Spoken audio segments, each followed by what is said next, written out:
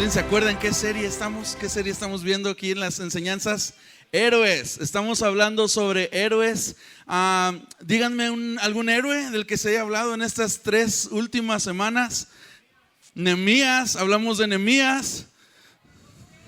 Moisés, alguien dijo Jesús. No, pues todos los domingos hablamos acerca de Jesús, así que sí es válido, aunque no fue de los nombres principales de los personajes sobre los cuales hablamos, pero siempre nuestra enseñanza, todo lo que hacemos va apuntado hacia Jesús, así que es válido. Somos una iglesia donde Jesús es el centro. ¿Y qué más? Otro Sansón. Alex se acordó de Sansón porque es fuerte como Sansón.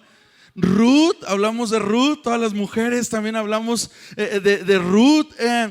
Abel, hablamos de Abel también. Y ha sido una serie muy buena.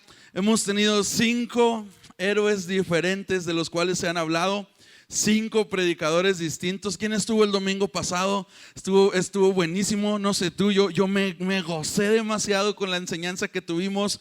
Tuvimos 3 personas diferentes en media hora. Estuvo loquísimo eso, pero fue de mucha bendición. Y bueno, hoy estamos aquí para concluir la serie Héroes.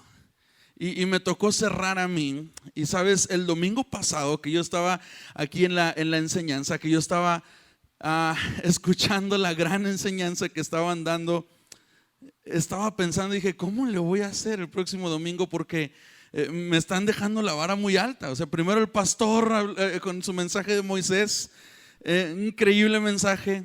Luego viene Richard y también un increíble mensaje. Luego vienen 3 personas, Miguel, Nidia y Alex, y un increíble mensaje.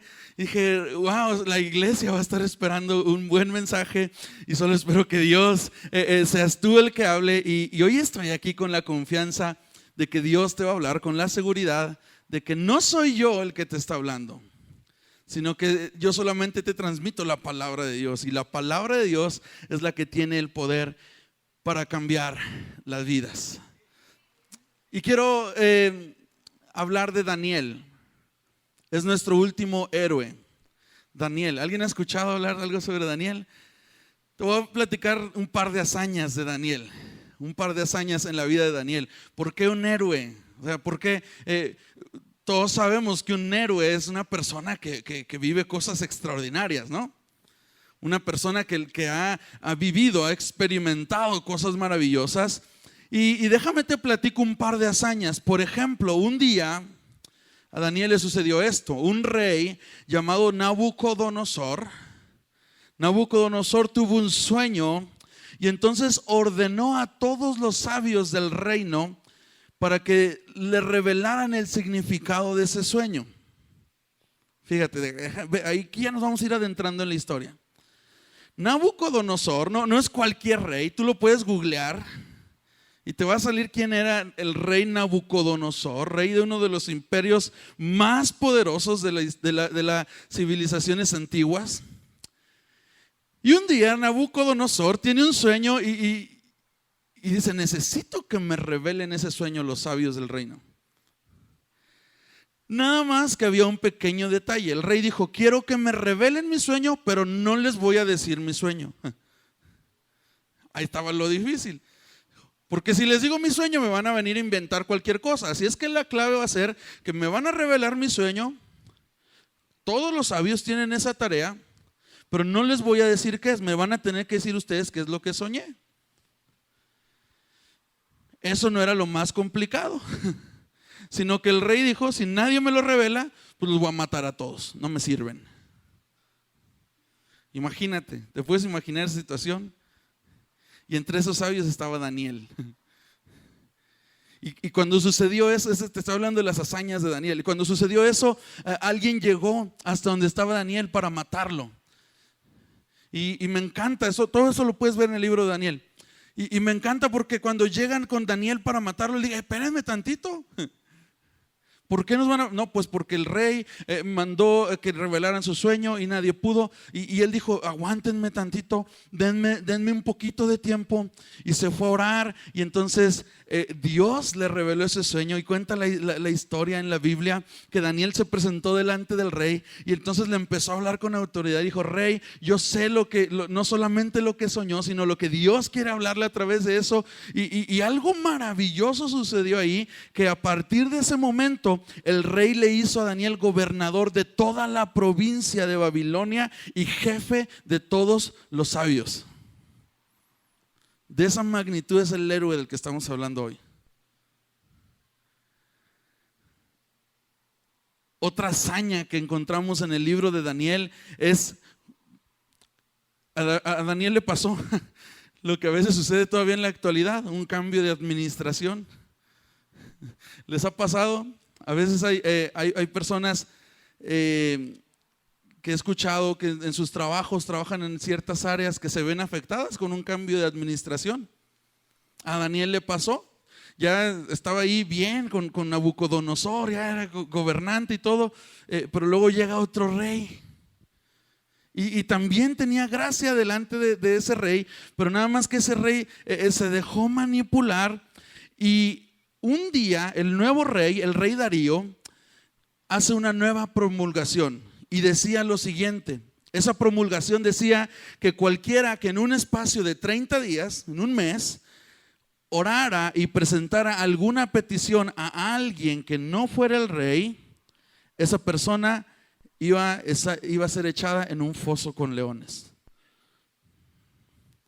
Porque así se las gastaban en aquellos tiempos para los castigos. O sea, no lo ejecutaban nada más así, sino lo echamos a los leones para que sea más entretenido. Y este nuevo rey lanza ese edicto. El problema era que Daniel era un hombre de oración. Aquí el problema, entre comillas, para Daniel con ese edicto en que se lanzó, donde decía 30 días nadie puede orar a nadie, nadie puede traer ninguna petición a nadie más que al rey.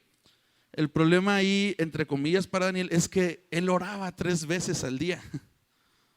Como todos ustedes, ¿verdad? 3 veces al día. Toda la sección de allá atrás dijo que sí, vientos, muy bien, aprenda.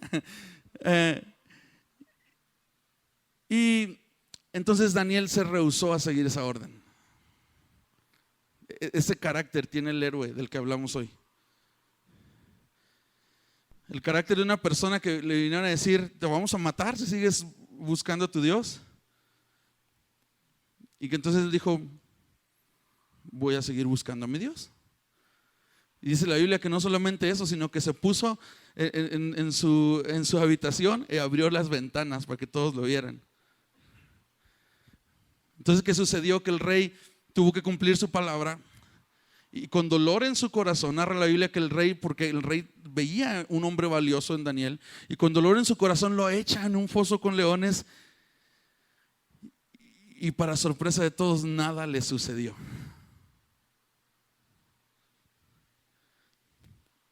Esas son las hazañas del héroe Daniel. Y así te podría contar muchas cosas más. Así nos podríamos estar aquí un buen rato narrándote hazañas que sucedieron en la vida de Daniel, cosas extraordinarias, cosas que uno dice, wow, qué increíble lo que le sucedía. Y sabes, podríamos llegar a pensar que qué buena época, ¿no? La de Daniel. A veces yo pensaba así, decía, qué padre vivir en la época de Daniel, porque pues todo se le daba, todo tenía un entorno, un contexto bien padre qué buena época para ser cristiano y ser héroe, porque wow, cómo se manifestaba Dios en su vida. Y a veces creemos así, pero quiero hablarte de lo siguiente, quiero ponerte un poquito de contexto. Te he hablado de las hazañas de Daniel, te he hablado de las cosas grandes que le sucedieron, de las ocasiones en las que él salió victorioso y que la presencia de Dios se manifestó en su vida y lo hicieron gobernador, y lo hicieron líder, y lo hicieron gobernante de muchas personas. Pero quiero hablarte del contexto en el momento en el que todo esto sucedió, porque quizá alguno de nosotros nos podamos sentir identificados con el contexto que estaba atravesando este héroe. Y quiero que uses tu imaginación. Vamos a usar mucho nuestra imaginación ahí en tu lugar y voy a narrarte algo. Esto que te voy a narrar es lo que estaba viviendo Daniel, lo que estaba sucediendo, las cosas que él atravesó. Te advierto, no es color de rosa. Yo te conté primero unas hazañas, cosas increíbles, pero Daniel no vivía en el entorno más adecuado. Daniel no llevaba la vida perfecta. Eso no es lo que le llevó a ser un héroe. Estaba en medio de un contexto difícil. Y quiero que te pongas un poquito en los zapatos de Daniel a partir de este momento. Imagina que tú eres Daniel y esto que voy a leer te sucedió a ti. ¿Sí? ¿Sí? ¿Estamos puestos para usar la imaginación? Vientos. Ahí te va. Imagina que un día tu tranquila vida se ve interrumpida por un enorme ejército. Este ejército irrumpe en tu ciudad. Y no es cualquier ejército, es uno grande y poderoso. De pronto, desde tu casa, imagina que estás allí en tu casa, desde tu casa observas que la ciudad está rodeada. Y es entonces cuando entre la multitud logras ver que se abre paso el gran rey Nabucodonosor II. Esto confirma tus sospechas. Se trata del imperio más poderoso de la actualidad y no vienen con aires de paz. Entonces alguien grita: destrúyanla, allánenla hasta reducirla a escombros. Y enseguida puedes ver cómo sin ninguna contemplación ese ejército comienza a matar a la gente que tú amas, la gente que tú has conocido. Tu ciudad, la ciudad donde creciste y donde planeabas envejecer, está siendo destruida. Las plazas, los hogares. Levantas tu mirada y el lugar que más amabas, el lugar que más amabas en tu ciudad, el gran templo de Jerusalén, el mismo donde Salomón depositara sus preciosos tesoros, está reducido a escombros. No entiendes qué pasa. Todo es caos alrededor. Hay gritos, hay llanto, hay sufrimiento. Y en un momento caes, producto de un fuerte golpe que te ha propinado uno de los soldados. Cuando despiertas, estás encadenado, viajando a la gran Babilonia en calidad de esclavo. Tu vida y todo lo que conocías acaba de quedarse atrás. Por cierto, solo tienes 14 años cuando todo esto sucede. Eres así de vulnerable. Esa era la realidad de Daniel. Yo comencé hablándote de que estaba delante de un rey haciendo grandes cosas y la mano de Dios sobre su vida, pero esto era lo que acababa de vivir ese Daniel.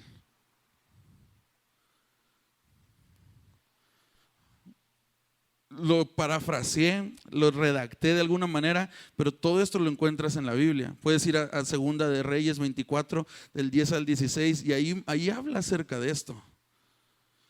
Cuando el gran rey Nabucodonosor llegó a Jerusalén, rodearon la ciudad y dice que el mismo rey Nabucodonosor estaba presente ese día en ese ataque. Él no iba a todos los ataques, pero esa vez estaba ahí. Y empezaron a destruir todo a su paso. Los muros de la ciudad los destruyeron y el templo, imagina, o sea, es lo que el templo era lo que más amaba al pueblo. Y todos los tesoros, el oro que Salomón había depositado en el templo, todo eso lo hicieron pedazos, estaba destruido. Y eligieron a ciertos jóvenes.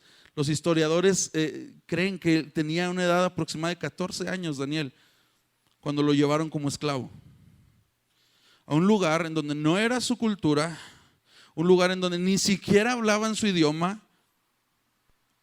Él tuvo que aprender idiomas, tuvieron que prepararlo un lugar en donde no se parecía a nada de lo que él tenía, un lugar en donde tuvo que dejarlo todo atrás. No era un buen momento. El canto, ¿sabes? Hay algo que platicaba con mi esposa ayer y hablábamos del canto de un país como el de Israel. Es un país que todo el tiempo se guiaban con cantos. Tenían una conexión especial y espiritual con sus cantos. Puedes leer el libro de los Salmos y está lleno de cantos del pueblo de Israel.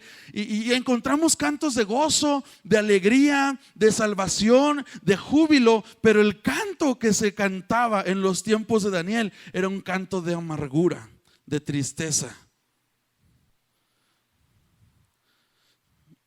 ¿Quieres que te lo lea? ¿Sí? Eso, una persona quiere que se lo lea. Esto es lo que cantaba. Fíjate, nosotros mexicanos cantamos, ¿qué cantamos cuando estamos alegres? Híjole, ahorita no les toco ese punto, ¿verdad? Porque andan sensibles con lo de José José. Pero ¿qué cantamos? Canciones de alegría, traemos el mariachi, todo. La alegría, gozo. Bueno, el pueblo de Israel llevaba esto a otro nivel. Era una conexión, te decía, espiritual. Y fíjate lo que cantaban en los tiempos de Daniel. Todo esto es para ponerte en contexto. Este era el canto, Salmo 137. Es un salmo que fue escrito durante el exilio a Babilonia, cuando sucedió lo que te acabo de platicar. Y dice, trata de ver lo que hay detrás de esto. Dice: junto a los ríos de Babilonia nos sentamos y lloramos al pensar en Jerusalén. Va comenzando. Junto a los ríos de Babilonia nos sentamos y lloramos. Dice los historiadores que probablemente se refiere al río Éufrates. También te voy a hacer otra sugerencia. Puedes googlear después de la reunión y búscate una cosa que se llama los jardines colgantes de Babilonia. Es una de las maravillas del mundo antiguo. Y es una obra impresionante que Nabucodonosor II mandó construir. Hay documentales, si lo pones en YouTube vas a encontrar varios documentales sobre eso. Y dicen que era una obra impresionante. Y esa obra, esos jardines hermosos se regaban con las aguas del río Éufrates. Entonces los historiadores dicen que el pueblo de Israel ahí a las orillas del río Éufrates veían la grandeza, la majestad de ese imperio babilónico. Y dice: nos sentábamos y llorábamos al pensar en Jerusalén. Guardamos las arpas, las colgamos en las ramas de los álamos, pues nuestros captores, la gente de Babilonia, nos exigían que cantáramos. Pues lo que nos atormentaban, los que nos lastimaban, los que nos tenían esclavos, insistían que cantáramos un himno de alegría. Y nos decían: cántenos una de esas canciones acerca de Jerusalén. Y luego se pregunta, dice: pero ¿cómo podemos entonar las canciones del Señor mientras estamos en una tierra pagana? Si me olvido de ti, oh Jerusalén, que mi mano derecha se olvide de cómo tocar el arpa, y que la lengua se me pegue al paladar si dejo de recordarte, si no hago de Jerusalén mi mayor alegría. Oh Señor, recuerda lo que hicieron los edomitas el día que los ejércitos de Babilonia tomaron a Jerusalén. Destruyanla, gritaron, allánenla hasta reducirla a escombros. Y ese era el canto que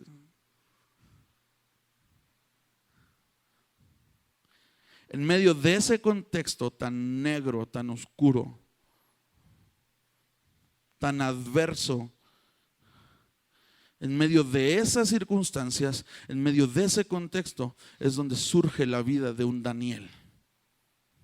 Que a pesar de que tenía todo en contra, que a pesar de que no vivió un mundo de ensueño, a pesar de que vivió una realidad terriblemente difícil, se plantó para decir: nadie va a mover mi fe, nadie va a mover mi integridad. yo sé quién es mi Dios. Aunque las murallas se derrumben, aunque me tomen como esclavo, aunque todo sea adverso, aunque nada parezca mejorar, yo sé quién es mi Dios. En Él está puesta mi fe y se levantó para ser un héroe que vivió en integridad. Porque ¿sabes qué? Punto número 1, te voy a dar 2 puntos quizá. El contexto no es pretexto. El contexto no es pretexto. ¿Cuántas veces nos ha sucedido que usamos el contexto como un buen pretexto? ¿Qué quiero decir con esto? Quizá no estamos muy lejos de vivir lo que estaban viviendo en aquel tiempo, pero a veces usamos el contexto como pretexto cuando decimos, es que si tan solo hubiera más oportunidades en este país, mi vida sería distinta. No haría las tranzas que tengo que hacer, porque pues ve el mundo en el que estamos y el que no tranza no avanza.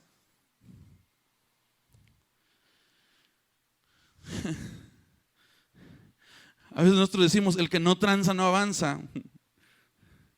Pues necesito hacer una tranza porque pues si no, no me voy a comprar el coche que quiero. Para Daniel significaba su vida. O renuncias a tu integridad o te quitamos la vida. Y él decía, no puedo. Yo sé quién soy. Contexto como pretexto cuando decimos es muy difícil, esto lo hemos escuchado, es muy difícil compartir el evangelio en San Luis porque San Luis tiene gente muy difícil a veces. Y hace poco estábamos en un congreso y había un predicador ahí compartiendo y decía, él viaja a muchas ciudades y dice, a todas las ciudades a las que voy es la ciudad más difícil para compartir el evangelio. Unos porque hace mucho calor y entonces está bien difícil tener una reunión en el calor, y otros porque la gente es muy seria y no les puedes compartir la palabra, y otros porque la gente es muy alegre allá para el norte y que la gente es muy alegre y pues quiere andar de fiesta todo el tiempo, y dice, todos ven que están en la ciudad más difícil para compartir el evangelio, pero ¿sabes qué? El contexto no es pretexto. ¿O qué tal esta cuando dices es muy difícil mantenerme firme porque si vieras los compañeros que tengo en la prepa? No, si tú estuvieras ahí ya te quisiera ver que fueras cristiano de verdad. ¿O qué tal que dices si tú vieras los compañeros que tengo en el trabajo, si tú vieras dónde me toca estar en mi trabajo, la gente con la que me toca estar en mi trabajo, ahí te quisiera ver, pero es que el contexto no es pretexto. Una vez una persona, estábamos de vacaciones en la playa, mi esposa y yo, y platicando con una persona que pues ha estado en la iglesia durante muchos años, y hablábamos de la playa y que qué bonito está la playa y todo, y le decía, no hombre, es que la neta es bien difícil ser cristiano aquí. Si vieras todas las tentaciones que tengo, dice, no hombre, no, de verdad.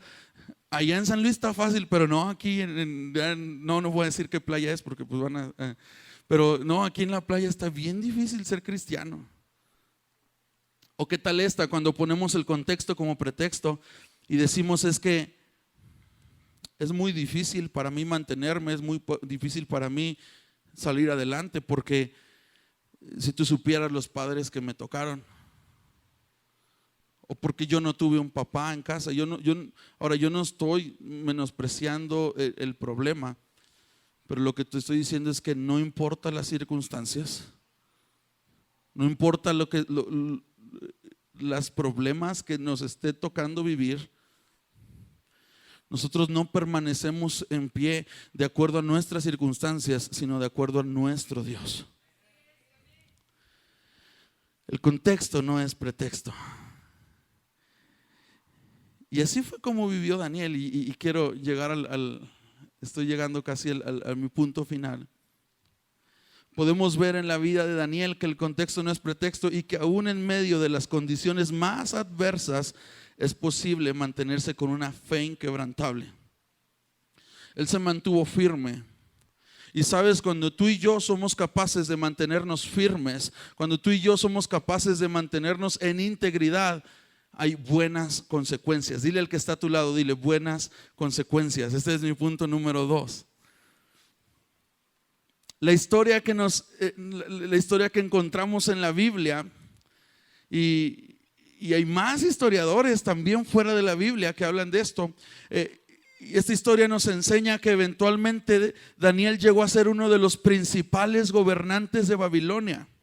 Ese mismo Daniel del que comenzamos hablando en el contexto que vio cómo su ciudad fue destruida, que fue llevado como esclavo, que fue llevado en condición de esclavo. Ese mismo Daniel llegó a ser de los principales gobernantes de Babilonia. Y aquello que parecía ser un problema enorme, aquello que parecía estar perdido, se convirtió en una gran oportunidad para que Daniel ocupara los principales puestos de influencia y lo más importante, hizo que un reino entero, hizo que uno de los reinos más poderosos de la historia pudieran voltear a Dios y saber quién era Dios. Buenas consecuencias. Todo esto lo logró gracias a que en medio de una época difícil, Daniel mostró un corazón íntegro y una relación estrecha con Dios, y esto trajo buenas consecuencias. ¿Quieres buenas consecuencias para tu vida? Un corazón íntegro y una relación estrecha con Dios. Daniel tenía relación, no religión. Necesitamos relación con Dios. Necesitamos más relación con Dios, menos religión. Porque eso es lo que realmente va a cambiar nuestras vidas, una relación con Dios. Y Daniel la tenía. ¿Por qué sé que Daniel la tenía? Porque en el momento en el que llegaron a decirle: te vamos a matar si no dejas de orar 3 veces al día, él simplemente no pudo. Porque ¿sabes qué? Una religión es solamente prácticas, y esas las puedes cambiar. El imperio en el que estaba Daniel le ofrecían otra religión. Si Daniel solamente hubiera tenido religión, nada le hubiera costado y la hubiera podido cambiar, pero él tenía una relación. Y relación, a diferencia de religión, te habla de un corazón que está ligado. Y cuando tu corazón está ligado a Dios, no te puedes permitir renunciar a eso. Cuando solamente tienes religión, entonces lo puedes dejar. Si Daniel hubiera tenido pura religión, entonces hubiera dicho: ok, 30 días, dejo de orar, no pasa nada. Pero había algo en su corazón, que su corazón estaba atado al corazón de Dios, que no podía pasar ni un solo día sin estar en la presencia de Dios. Era cuestión de amor. ¿Alguien ha estado enamorado alguna vez? ¿Sí?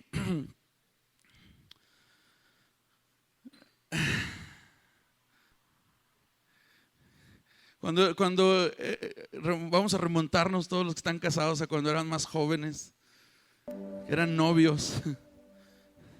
Y no sé si a ustedes les pasó, a mí me llegó a pasar alguna vez cuando era novio de mi esposa, que los papás te decían: esta semana no vas a poder ver a tu novia.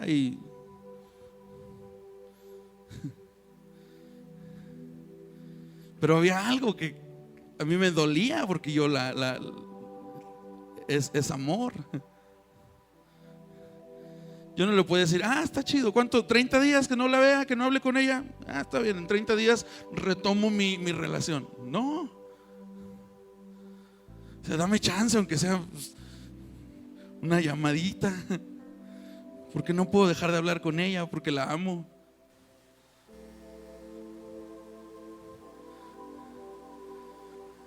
Y te estoy hablando de un amor de humano, imperfecto. El amor de una relación con Dios es un amor perfecto. Pero a veces no nos sucede lo mismo, porque hace falta más relación. A veces decimos: está bien, puedo aguantar una semana. Puedo aguantar una semana sin ponerte mucho caso, Dios. Pero cuando hay una relación estrecha, no puedes pasar un solo día sin voltearlo a ver a Él.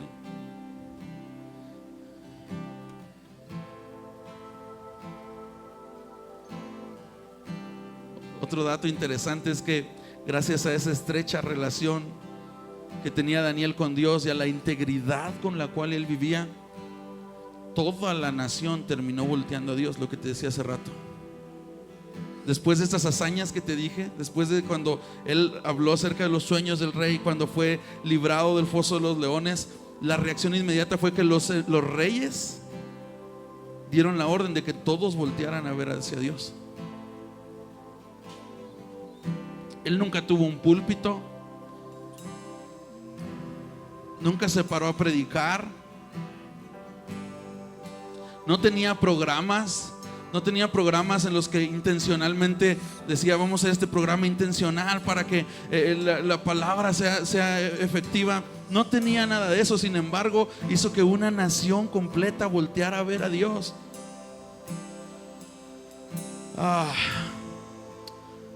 Si tú tienes una relación estrecha con Dios, llega un punto en el que no necesitas gritar tu fe, porque tu fe va a gritar por ti. Cuando tú caminas en una estrecha relación con Dios, te repito, hay un punto en el que no necesitas andar gritando tu fe, porque tu fe va a gritar por ti. Y la gente va a voltear a verte, y cuando voltea a verte, van a dirigir su mirada hacia Dios, porque va a haber algo diferente. No estoy diciendo que programas y estrategias sean malos.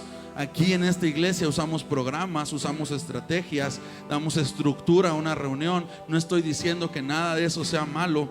Lo que te estoy diciendo es que esas estructuras, esos programas, esta predicación que yo estoy haciendo, el pararme aquí y predicar, que a veces lo ponemos como si fuera algo superior, y no lo es. Tú puedes tener el mismo impacto sin subirte acá arriba. Con una relación con Dios, tú puedes tener ese mismo impacto en tu trabajo, tú puedes tener ese mismo impacto en la calle. Y el pararme a predicar aquí, y todo lo que hacen los músicos, y todo lo que tenemos en pantallas, las luces, y toda la estructura que tenemos en la iglesia, todo eso solamente sirve si descansa sobre una sana sustancia, es decir, una relación estrecha con Dios. Si no es así, no sirve de nada. Iglesia, estamos llamados a hacer una diferencia en nuestra sociedad, pero no en nuestra fuerza, no en nuestra capacidad, sino a través de los frutos que solamente una estrecha relación con Dios te puede traer a tu vida. Vivimos en medio de un mundo destruido. En esto nos parecemos a Daniel. Vivimos en medio de un mundo destruido. Yo creo que a más de uno de nosotros nos ha tocado ver cosas terribles aquí en nuestra ciudad. No te estoy hablando de la tele, no te estoy hablando de aquí en nuestra ciudad. A más de uno de nosotros nos ha tocado ver cosas terribles. Nos ha tocado ser parte quizá de cosas terribles, de la maldad que hay en este mundo. Es porque vivimos en un mundo contaminado, en un mundo en el que urgen personas que hagan la diferencia. Pero no la diferencia a través de religión vacía, sino a través de una vida de integridad y una relación con Dios. Personas que hagan la diferencia con su familia, que cuando vea a su familia no tengan ni siquiera que sacarte la Biblia, porque ahí vas a encontrar integridad, porque ahí vas a encontrar a Cristo. Personas que en su trabajo no tengan que andar con una Biblia bajo el brazo, sino porque en la manera en que trabajan los demás se van a dar cuenta que hay algo distinto. Personas que con su integridad, que con su fe, que con su relación con Dios le estarán gritando al mundo que hay un Dios al cual necesitan voltear.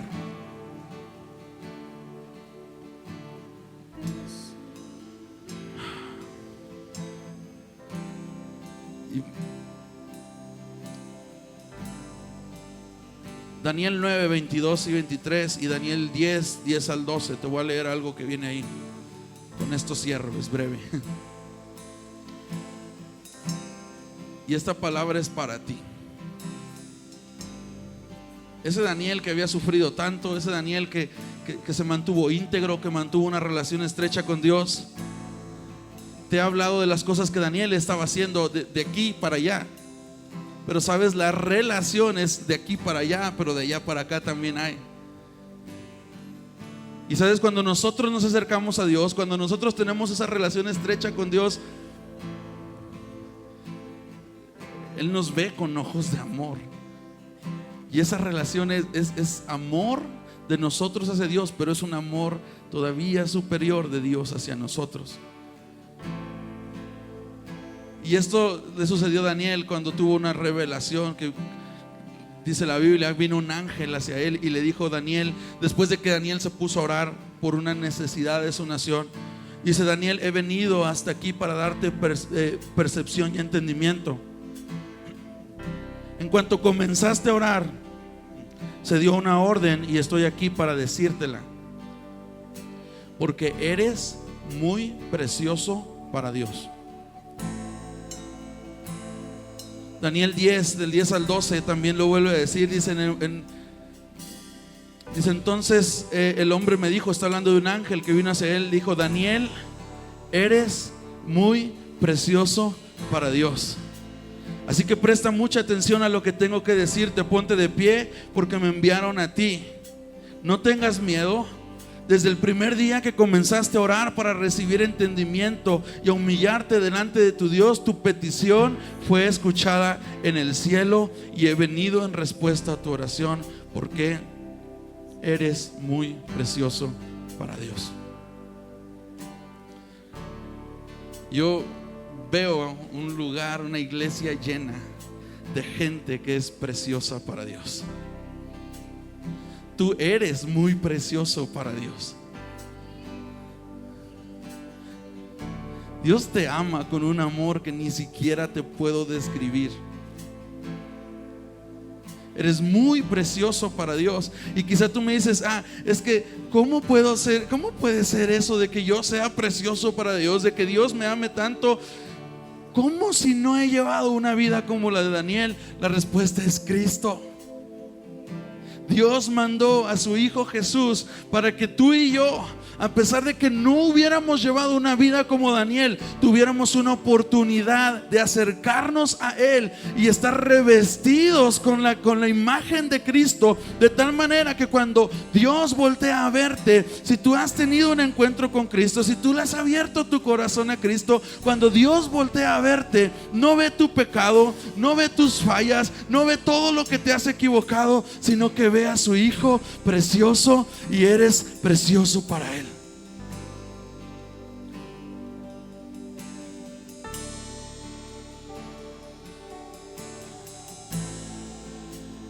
Y como eres muy precioso para Él, le dicen a Daniel: desde el momento en que tú doblaste tus rodillas, Dios escuchó tus oraciones. Yo no sé cuál es tu necesidad hoy. Yo no sé cuál es cada uno vivimos nuestros propios problemas. A Daniel le tocó enfrentar cosas duras, pero cada uno tenemos nuestras propias batallas. Algunos son externas, algunos están luchando en su interior, pero cada uno tenemos nuestras batallas. Algunos en el núcleo familiar. Yo no sé cuál sea tu necesidad, pero lo que sí sé es que eres muy precioso para Dios. Y desde el momento en que doblas tus rodillas, tu oración es escuchada. Y desde el momento, me encanta esta frase que está aquí en la Biblia: desde el momento en que abriste tu boca, una orden fue dada en los cielos, porque eres muy precioso para Dios. Porque soy perfecto. No es porque eres perfecto. Porque nunca me equivoqué. No es porque nunca te equivocaste. Es porque eres muy precioso para Dios. ¿Por qué no te pones de pie ahí en tu lugar? Y quiero hacer una oración.